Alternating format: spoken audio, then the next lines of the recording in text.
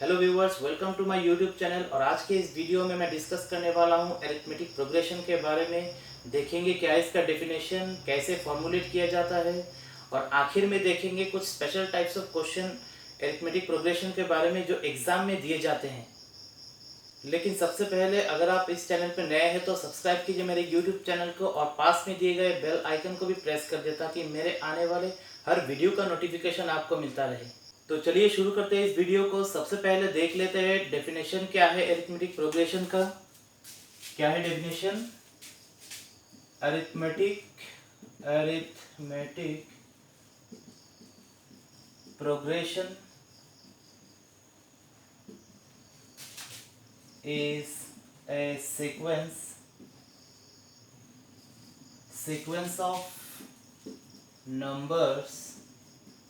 sequence of numbers in which the difference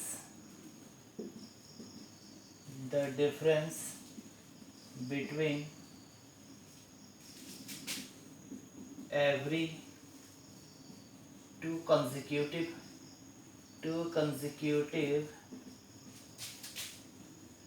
number is a constant।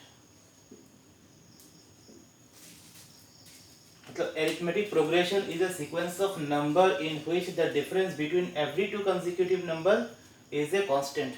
मगर मतलब ऐसा कोई अगर सीक्वेंस है जहाँ पे हर दो नंबर का डिफरेंस सेम है तो उसको हम लोग कहेंगे अरिथमेटिक प्रोग्रेशन।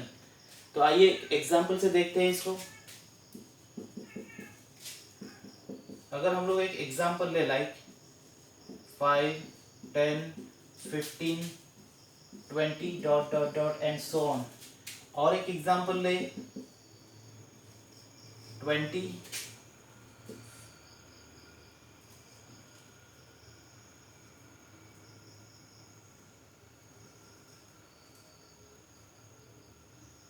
और एक एग्जांपल ले लाइक 21, 14, 7, 0, -7 डॉट डॉट डॉट। यहाँ पे हम लोगों ने दो सीक्वेंस लिया, एक इंक्रीजिंग ऑर्डर में, एक डिक्रीजिंग ऑर्डर में। अरिथमेटिक प्रोग्रेशन इंक्रीजिंग में भी हो सकता है, डिक्रीजिंग में भी हो सकता है। तो यहाँ पे देखिए, यहाँ पे जो इन दोनों दो नंबर का डिफरेंस है 5 है। 10 और 15 का जो डिफरेंस है 5 है। 15 और 20 का जो डिफरेंस है वो भी 5 ही है।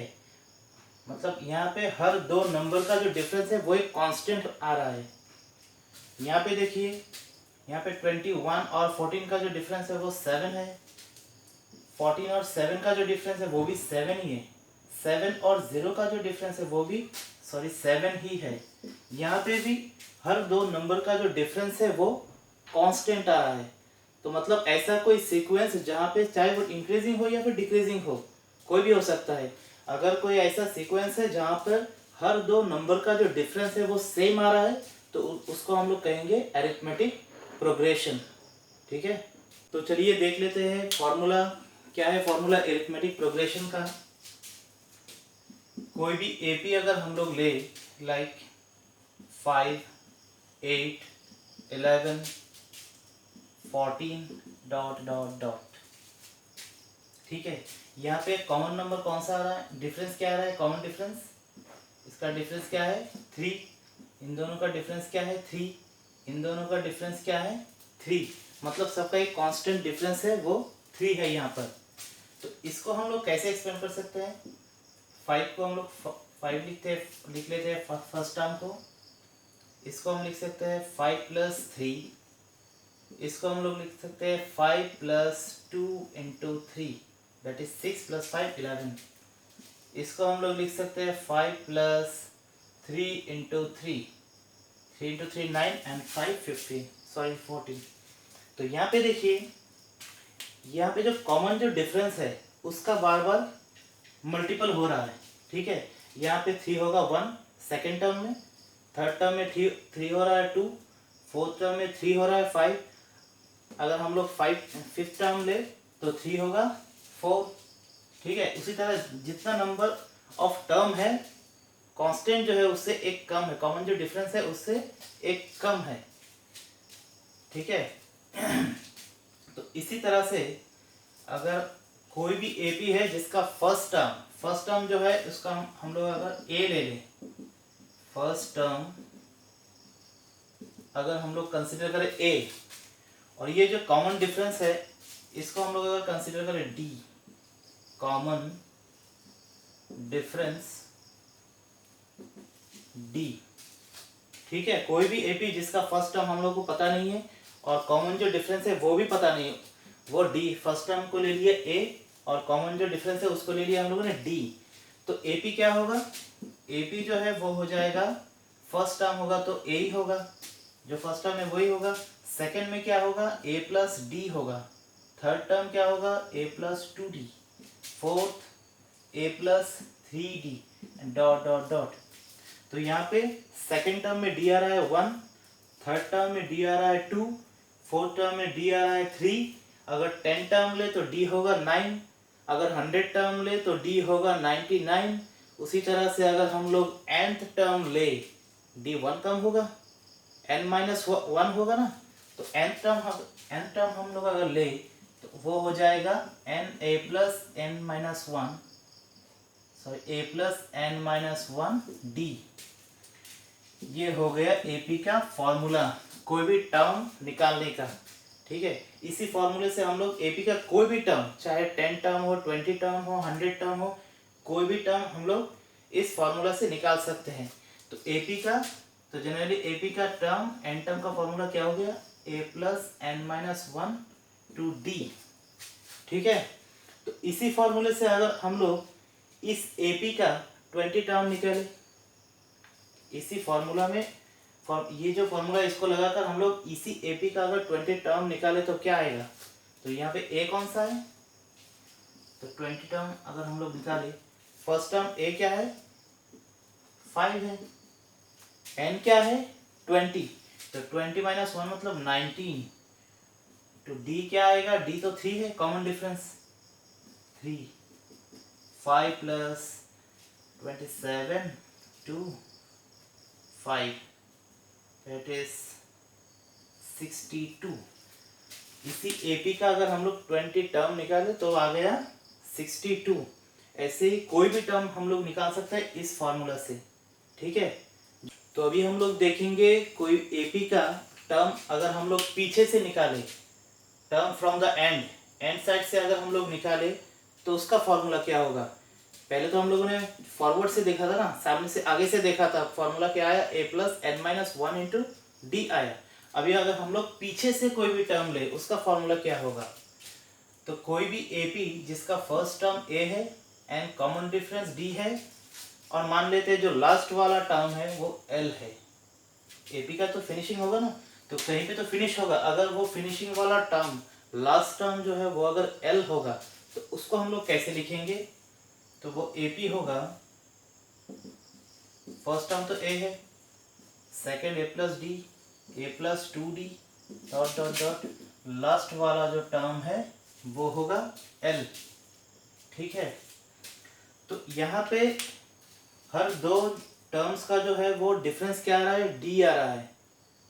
तो अगर हर दो टर्म्स का डिफरेंस डी आ रहा है तो एल के आगे वाला जो टर्म है वो कौन सा टर्म होगा, एल के आगे वाला जो टर्म होगा वो होगा A plus, sorry, L minus D. उसी तरह से इसके आगे वाला जो टर्म होगा क्या होगा, एल माइनस 2d। इसी तरह से यहाँ तक आते आते ये भी तो एन टर्म हो जाएगा ना। तो यहाँ पे पीछे से अगर हम लोग ले तो सेकेंड टर्म में डी 1 ही आ रहा है, थर्ड टर्म में डी भी 2 ही आ रहा है, फोर्थ टर्म में डी आएगा 3। उसी तरह से अगर पीछे से हम लोग एन टर्म ले तो उसका फॉर्मूला क्या आएगा, L minus n-1 into D, ठीक है।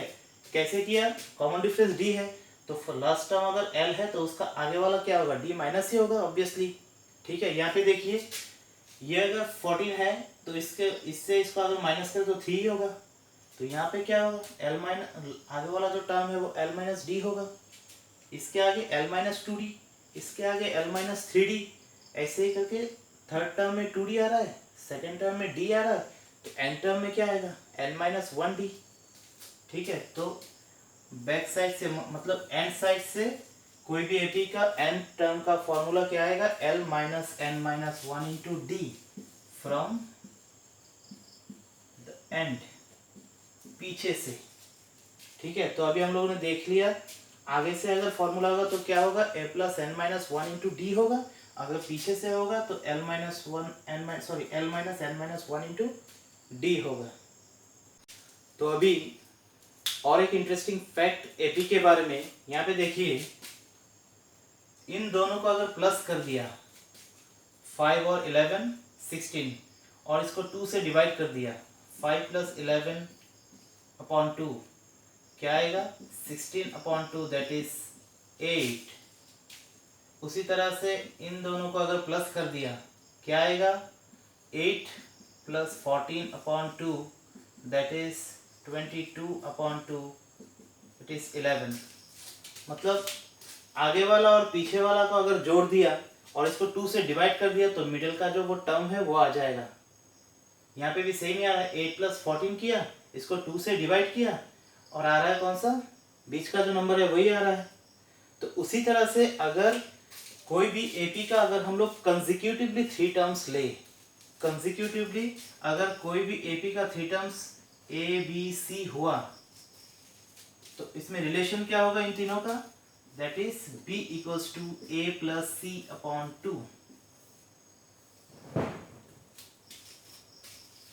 ठीक है, मतलब बीच का जो टर्म होगा वो होगा फर्स्ट और लास्ट का जो हो वो उसका मीन होगा।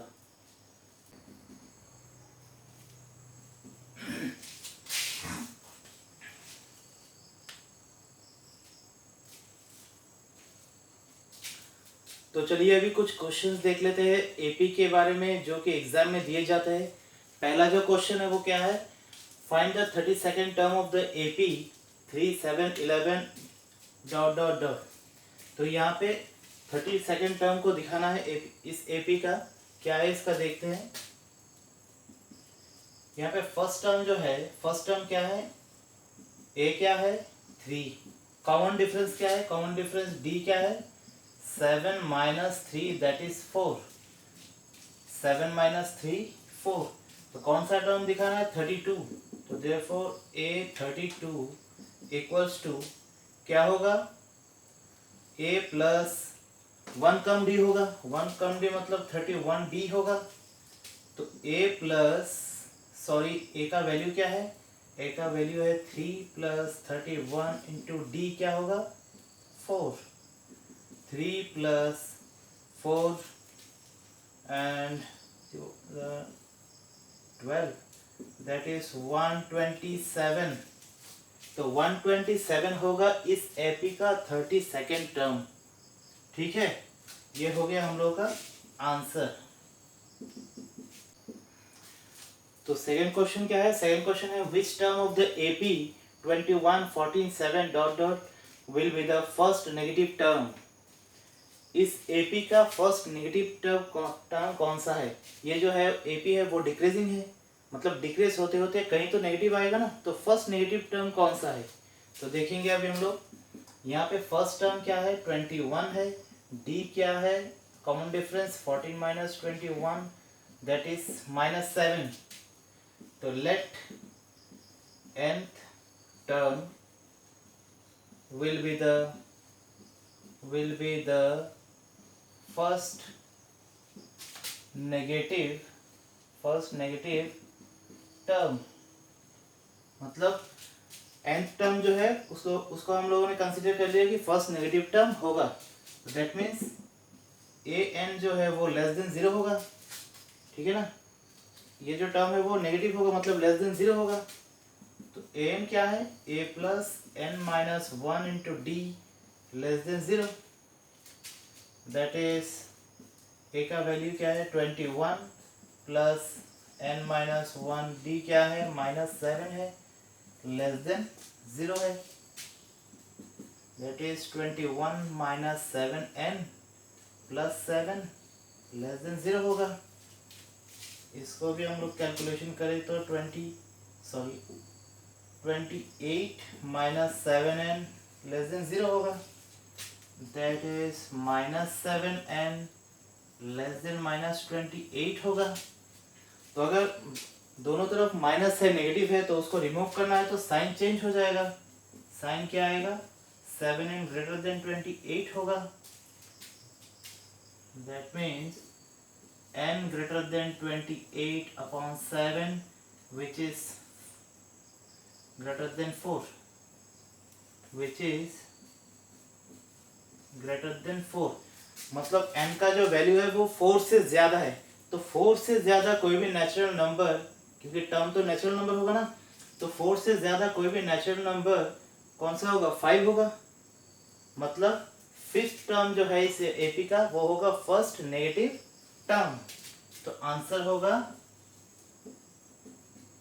Fifth term will be the first negative term. Next question होगा चेक वेदर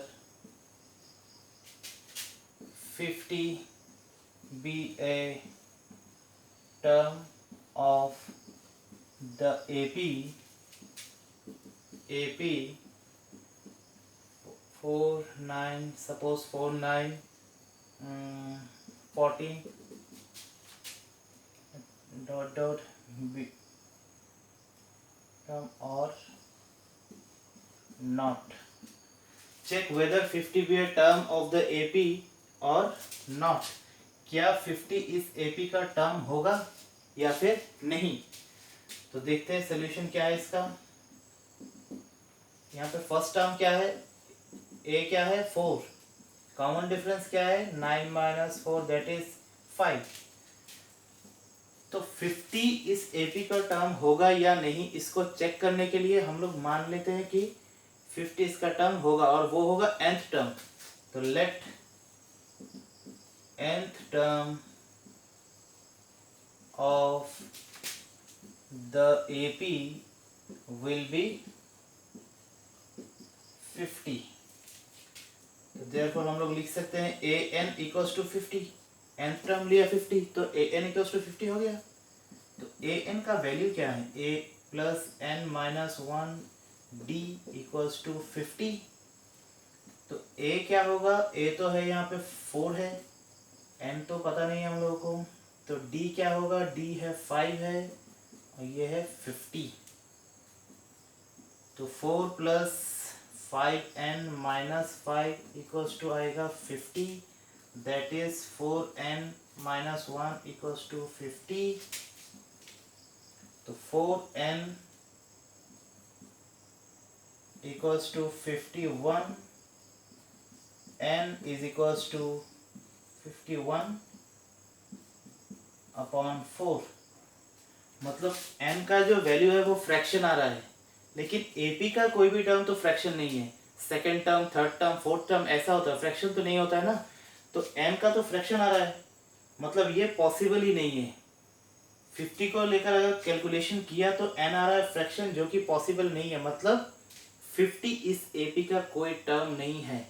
तो हो गया सोल्यूशन। तो therefore 50 is not a term of the AP। मतलब 50 इस AP का कोई टर्म नहीं है। ठीक है।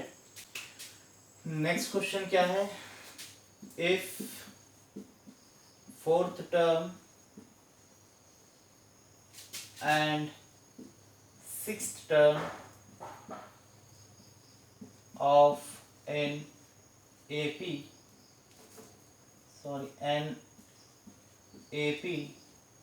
be 15 and 23 respectively,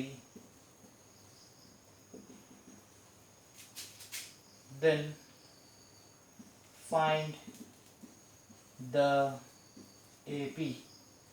ये तो कॉमन क्वेश्चन है, हर किताब में रहता है ये क्वेश्चन, तो कॉमन क्वेश्चन है।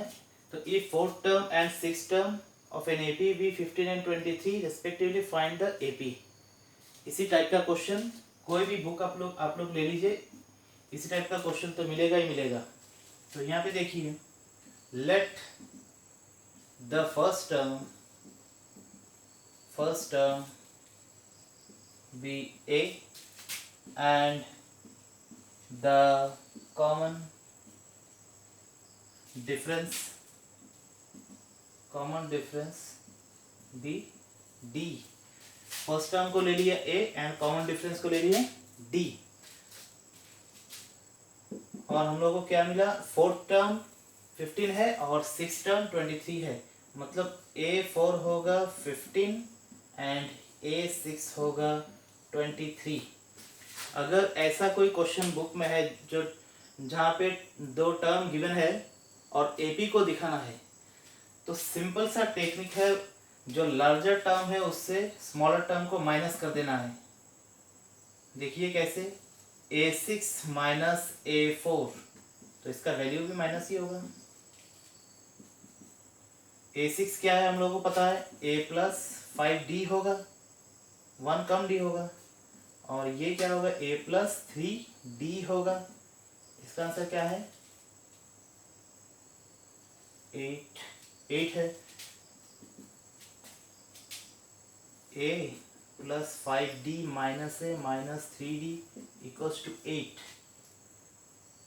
A को अगर काट दिया तो यहाँ पे आएगा 2D इक्वल्स टू 8 और D होगा 4, मतलब कॉमन डिफरेंस आ गया। तो अब आगे ये जो कॉमन डिफरेंस है, इसको अगर इस इक्वेशन पे या फिर इस इक्वेशन पे डाल दे तो A मिल जाएगा, हम लोग को फर्स्ट टर्म मिल जाएगा। कैसे, मान लेते हैं कि इसी इक्वेशन पे D को दिखाना है, तो since A4 equals to 15, that is A plus 3D equals to 15, that is A plus 3 into D 4, A equals to होगा 15 minus 12 which is 3, मतलब A भी हो गया, A मिल गया, D भी मिल गया, तो AP क्या होगा, therefore